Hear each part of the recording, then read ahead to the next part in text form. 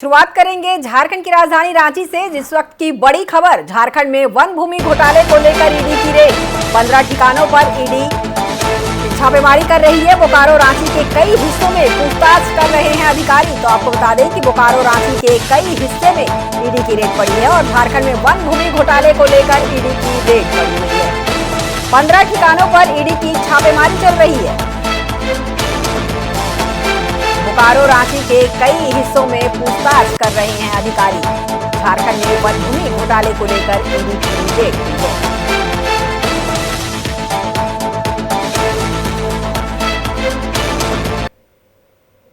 तो इस पर हमारे साथ चर्चा करने के लिए हमारे सहयोगी जुड़ चुके हैं देवेंद्र कुशवाहा जी। देवेंद्र, झारखंड में वन भूमि घोटाले को लेकर ईडी रेड कर रही है जी। सिमरन, देखिए, जो झारखंड में भूमि घोटाला जो हुआ है, वन भूमि घोटाला, ये वास्तव में झारखंड में एक तरह से कहा जा सकता है कि एक गंभीर भ्रष्टाचार का मामला है और इस पर ईडी लगातार रेड कर रही है।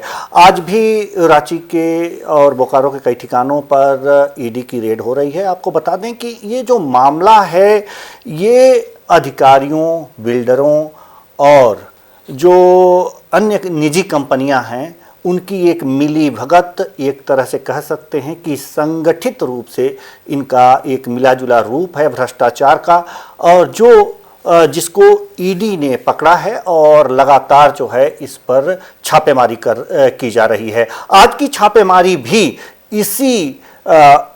इसी का एक रूप है कि यहाँ पर ईडी की छापेमारी हो रही है, रांची में भी, बोकारो में भी।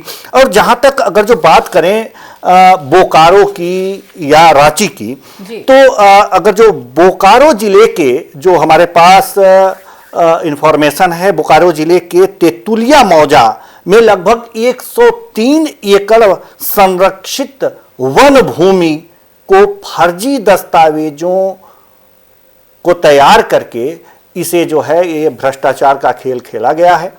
वहीं अगर जो देखा जाए तो लगभग 1700 एकड़ सरकारी जमीन जो है, इसका पूरा गोलमाल किया गया है वन भूमि का। इसमें जो मुख्य बातें हैं सिमरन, उसमें यह है कि जो स्थानीय रैयतें हैं, उन्होंने दावा किया था कि उन्होंने नीलामी के जरिए जो 1894 में सरकार द्वारा इसे लिया था और इसे खरीदा था, एक तरह से कह सकते हैं, और लेकिन वो जो जमीन है वो सरकारी थी।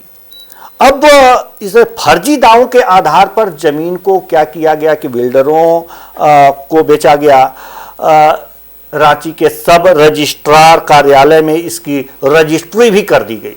ये पूरा जो मामला है, अब जांच में ये पाया गया कि रजिस्ट्री से पहले जमीन की जो प्रकृति थी, इसकी जांच पड़ताल नहीं की गई।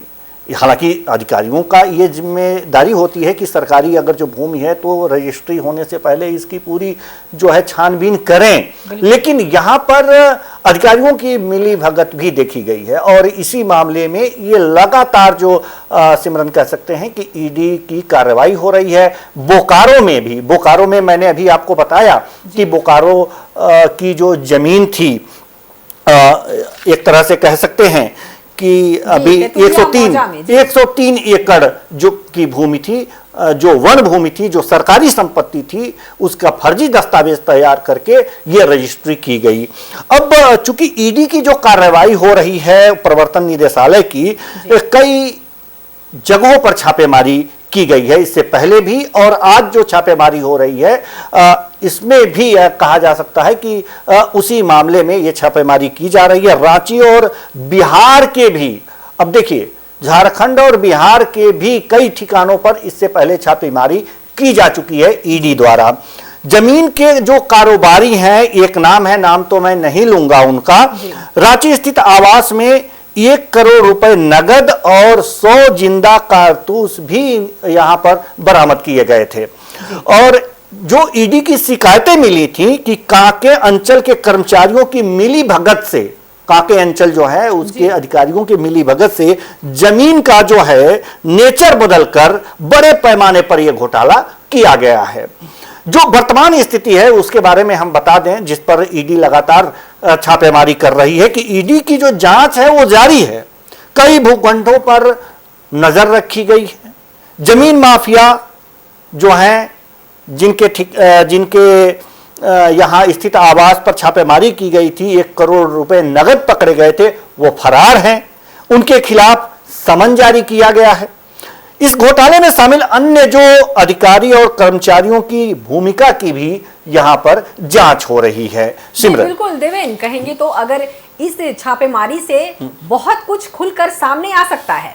जी बिल्कुल, जब जो लोग दोषी हैं, अगर उनके यहाँ छापेमारी अगर की जा रही है, चाहे जिन पे शक है ईडी को, उनके यहाँ अगर जो छापेमारी की जा रही है, तो जैसे 1 करोड़ रुपए बरामद हुए, कुछ कारतूस बरामद हुए जिस महानुभाव के आवाज से, ऐसे ही और कुछ बरामद हो सकते हैं, तथ्य बरामद हो सकते हैं, और वास्तव में जो दोषी हैं वो कानून के शिकंजे में आ सकते हैं। तो इस तरह की लगातार जो छापेमारी की जा रही है ईडी के द्वारा, वास्तव में जो सरकारी भूमि है, वन की भूमि थी, जो सरकारी भूमि थी, उसको फर्जी दस्तावेजों के द्वारा उसकी रजिस्ट्री कर दिया गया। और जब ये बात सामने आई तो लगातार अब ईडी छापेमारी कार्रवाई कर रही है। बिहार में भी, केवल झारखंड में ही नहीं, बिहार में भी कई जगहों पर इसकी छापेमारी की जा चुकी है ईडी के द्वारा इस मामले में। और जो मामले सामने आए हैं, अभी हमने आपको बताया कि नाम अगर जो हम बताएं तो नाम इनका कमलेश कुमार है, जमीन के कारोबारी हैं, जमीन खरीदते बेचते हैं कमलेश कुमार।